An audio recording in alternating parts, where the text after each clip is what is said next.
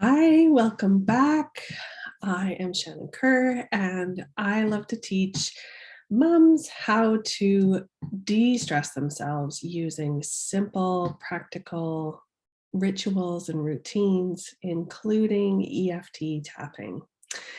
And today I wanted to talk about doing a check in with yourself, whether that is a weekly check in, a monthly check in, or even a seasonal check in. So we are wrapping up the month of July and midway through summer. For myself, it's been kind of a good time to check in and see how are things going. Not just on a professional side, but also as a mom and as a self, as a human. How am I doing with my intentions for the summer? And there's a few reasons why I like to do this. Um, Basically, my real story with getting to tapping is because of the way that I used to just live unaware of how I was actually feeling. I would um, push myself through all the big feelings and ignore them as much as possible throughout the day, just getting through the tasks. I had this story going through my mind all the time of, and I didn't realize it, um, but I would be telling myself all the time, I will be okay as soon as I XYZ, like get to this point, as soon as the day is finished, as soon as the week is finished, as soon as, um, my now ex-husband achieves such and such goal, all of these things. It was like, I will be okay then. And I was never allowing myself to just acknowledge the feelings that I was feeling. So I was in anxiety all the time. And then when hard things did happen, it was too much. So this is my story and the reason why I love to teach, how to be present as a human, as a mom, as a woman, um, in order to develop this resilience to be able to acknowledge, yeah, that's how I'm feeling now, but I don't have to be on high alert just because I'm feeling big feelings. And also having these routines of weekly check ins or monthly check ins with yourself is a great way to acknowledge everything that you're doing. Because again, moms, well, the big habit that I see from so many women that I tap with is that we never allow ourselves to acknowledge everything we've done. We have this never ending checklist of like that to-do list. And instead of kind of getting to a point like, oh, look, it's Saturday and look at all the things I did this week, it's like, no, I got to add more. Like, we're, I can't look back and see that stuff because look ahead, all of this other stuff that I have to do. And I have to keep my brain busy so that I don't forget or screw up. Um, Again, not a super healthy place for your brain to be. So taking this time to check in and say, like, hey, I did this, I finished that, I completed this, anything to help acknowledge where you've gone and to help you be present. So, as I shared a bit of my past experience, I it surprises me now looking, where I was in high school to where I am now. I didn't see myself becoming an entrepreneur at all. Um, I was very academic and I was also very focused on my equestrian career. I used to ride horses 7 days a week and I became a coach and um, competitor, but more of a coach. And so that was my thing. And when I first got into that, I was like, oh, yeah, I'll work for someone. And that was great. And then I moved out to British Columbia and I ended up in a town where this is a smaller town and there wasn't a big facility and there wasn't a place for students to ride if they didn't have their own horse. And so I filled that niche. I got a few horses and I had a few friends that I would share their horses. And I ended up building a business. And I had no idea what I was doing and no business support. I just kind of winged it. And luckily things worked out really well. And I ran that business all on my own. I was teaching 6 days a week with something like 60 or 80 students. I don't know. I haven't done the math for a while. Riding camps and taking them to shows all over the province. And yeah, it was a fulfilling business. However, I was just always in that work mode. And I must say there wasn't that much time for me to celebrate my achievements or to really plan ahead for what I wanted to do. I was just always doing it. And when those challenges came up, if illnesses came up or bad weather or anything, it created a lot of stress for me because I didn't have future plans and I didn't really consider, how I wanted to feel in my business. I just was in the doing of it. And when anxiety came up for me, again, I would be in survival mode all day long.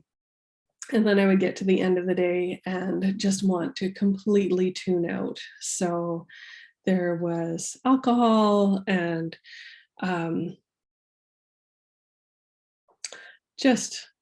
zoning out, basically, I would say. There wasn't a lot of self-care happening for me back then.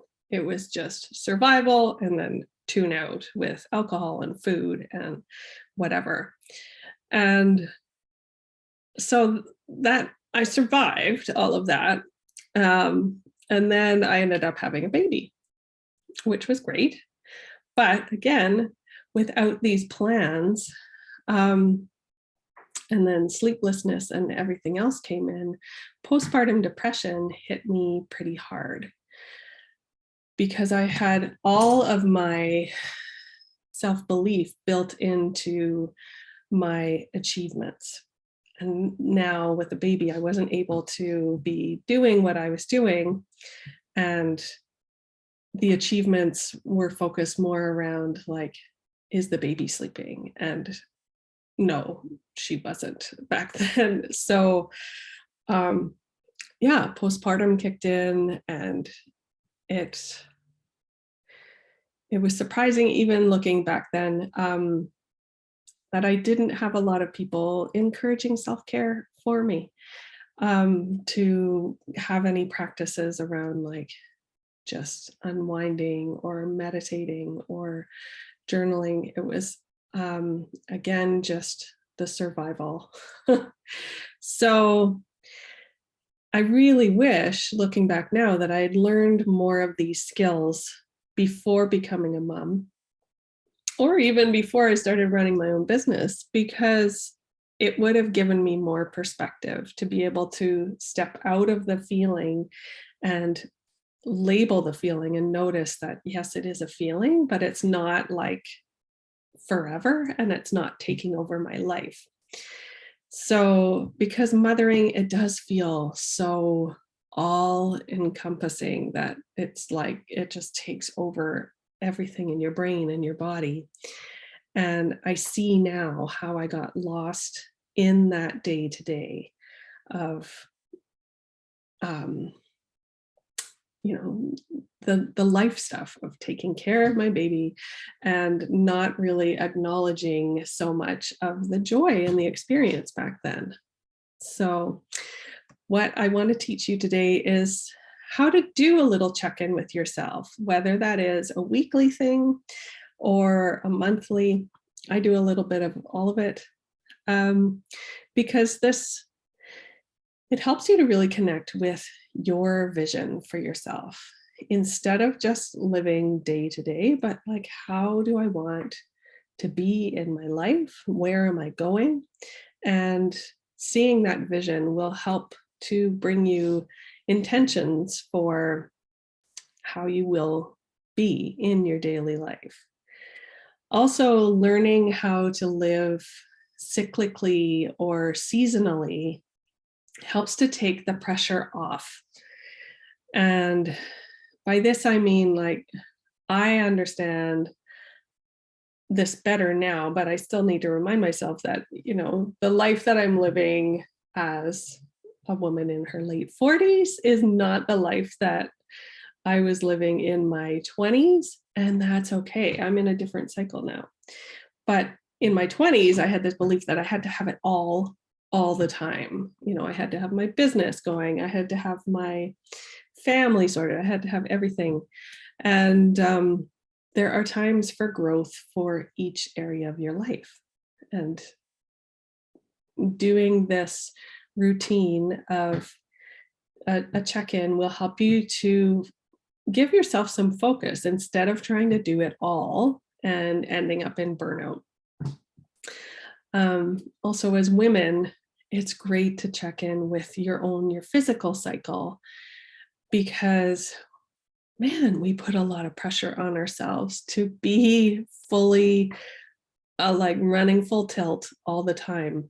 And this, again, was something that I wish I had understood about myself better as a younger woman, because I wasn't kind to myself. And during the lower energy period of my cycle, I would really be emotionally hard on myself and judgmental, instead of just acknowledging, like, yeah, my body is allowed to go through these cycles of high energy and low energy. And it's not good and bad.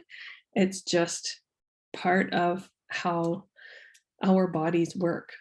So summertime, especially for moms, tends to be a lower energy time. It's a time to kind of connect and celebrate with your family, less of the go, go, go energy. And that's totally okay. It doesn't mean that you're doing less. It's just you're doing different. So yeah, this will take the pressure off of trying to do it all the time. And also with this practice, it will really anchor in that confidence and gratitude, because you'll start to really acknowledge and start noticing more of, like, hey, I did this, and look at that, we accomplished this in the family. Or that thing that I was talking about for years, I did that. So it will empower you to step out of your comfort zone more often. I've been reading a lot about comfort zones, and just the fact that, yes, it feels safe in your comfort zone, but unfortunately, the longer that you stay in it without like trying anything new or challenging yourself or meeting new people or whatever your comfort zone feels like, yeah, I got to stay here. The longer you stay in it, it begins to shrink, because you haven't been showing yourself your true capabilities. You're limiting yourself the longer that you stay in your comfort zone. So it does begin to shrink. And that's not how we want to be living life, right? We want to be getting out of the house and talking to people and doing things. And I know I've been talking to some of my mom friends over the summer that we have all noticed this phenomenon, I guess, that doing the things, like those social things, feels way harder than it used to.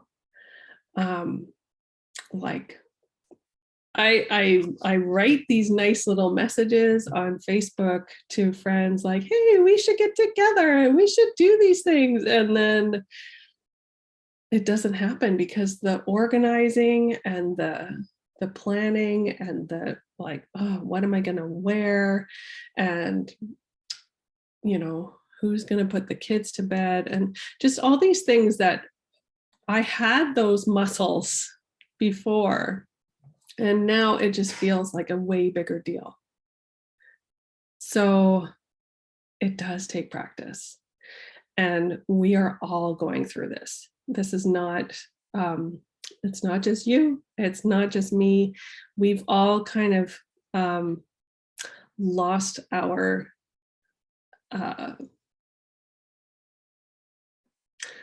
socializing muscle, let's say.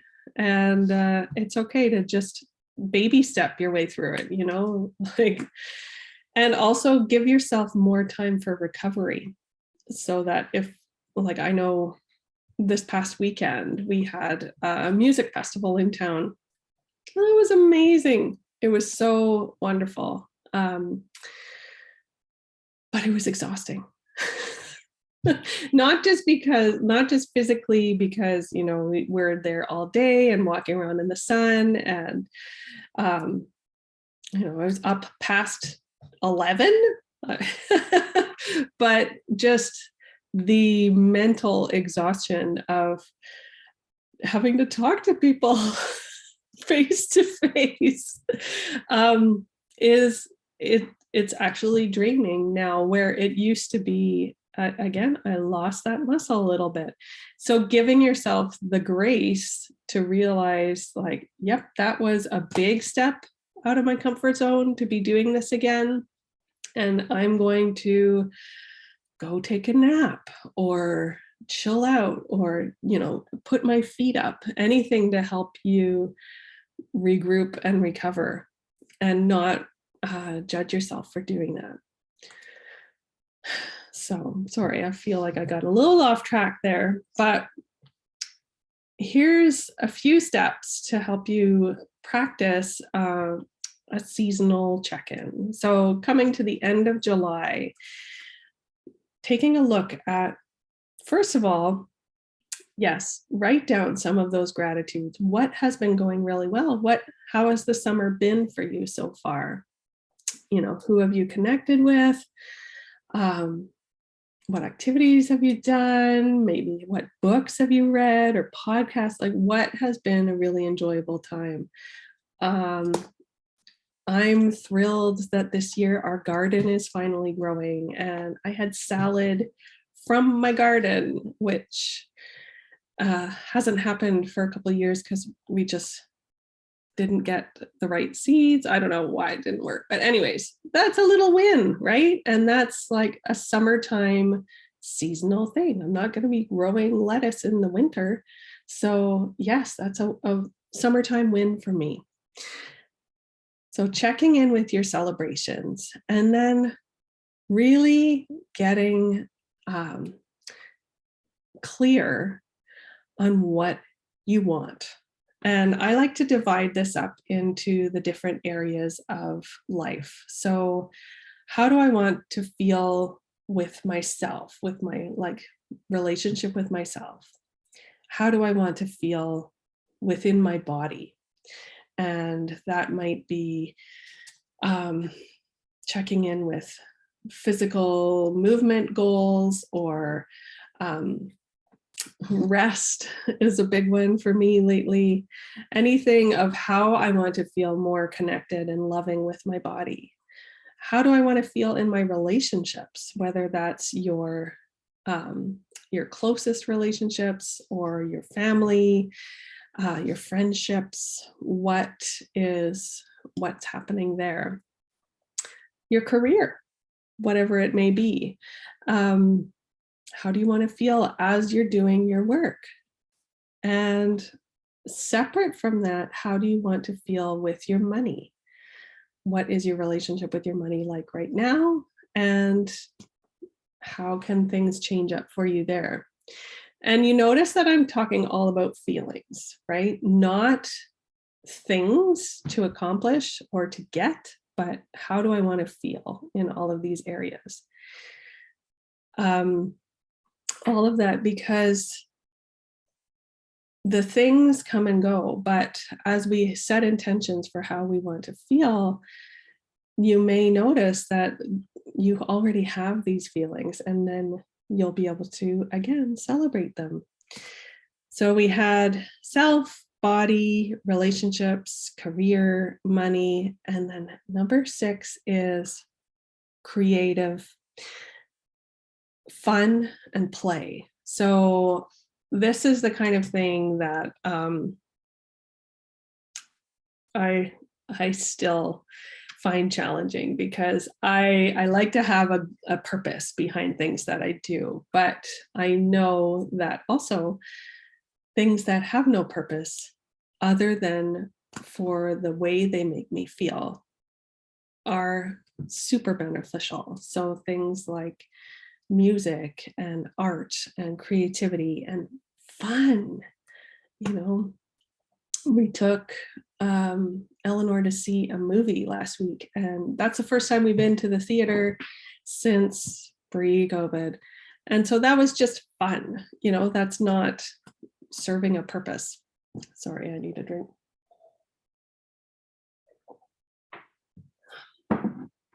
So taking a look at all these areas, I like to, because I like numbers,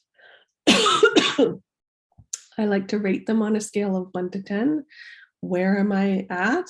And how do I want to feel?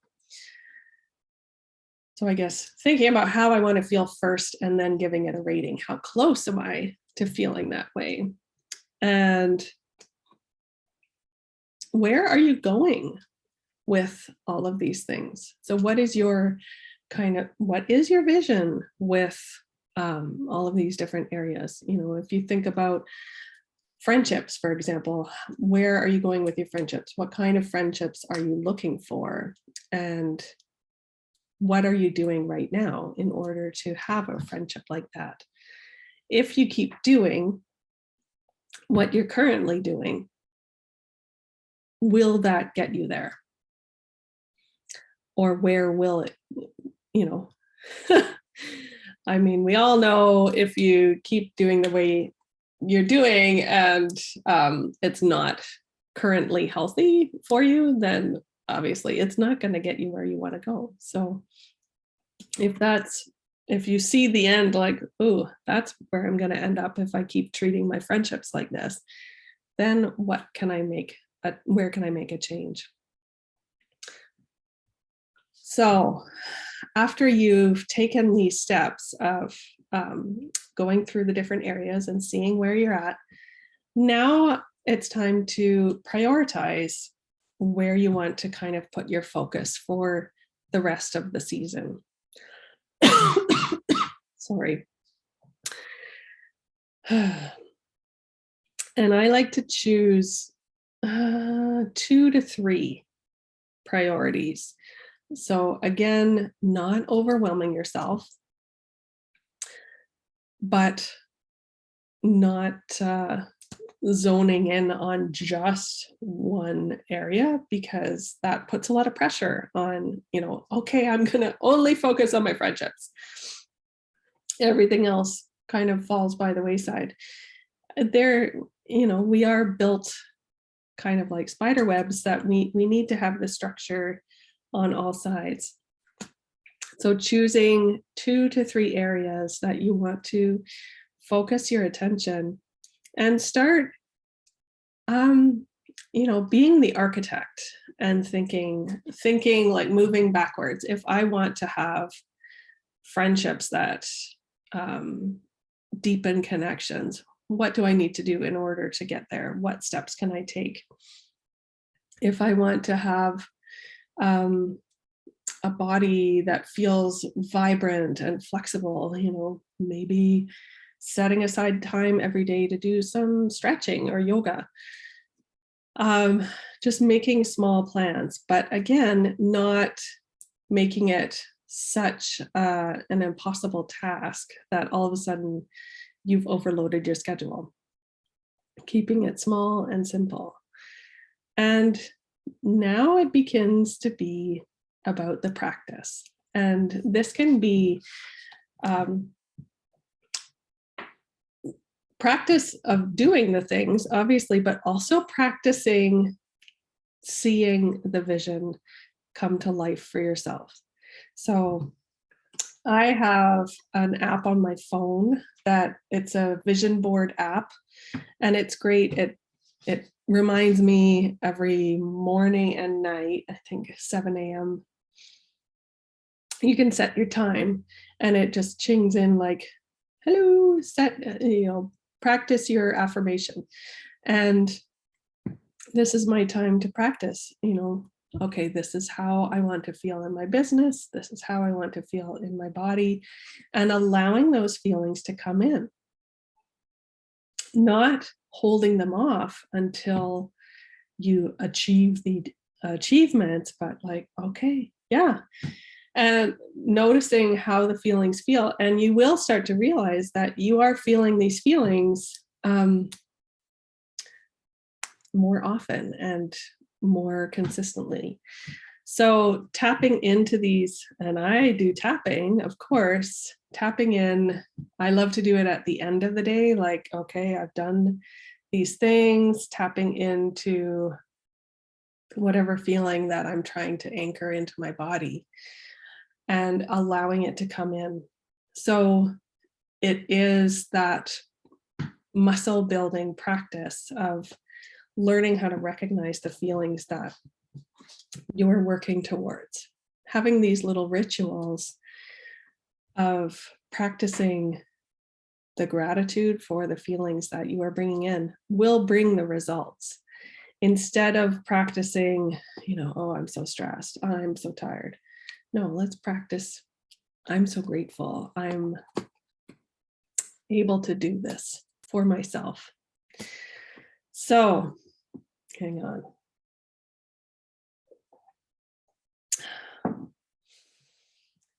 The final thing that really helps with making this ritual happen, you've looked at the areas of your life, you've set intentions for the parts that you want to work on in this season, and you're building that vision practice for yourself.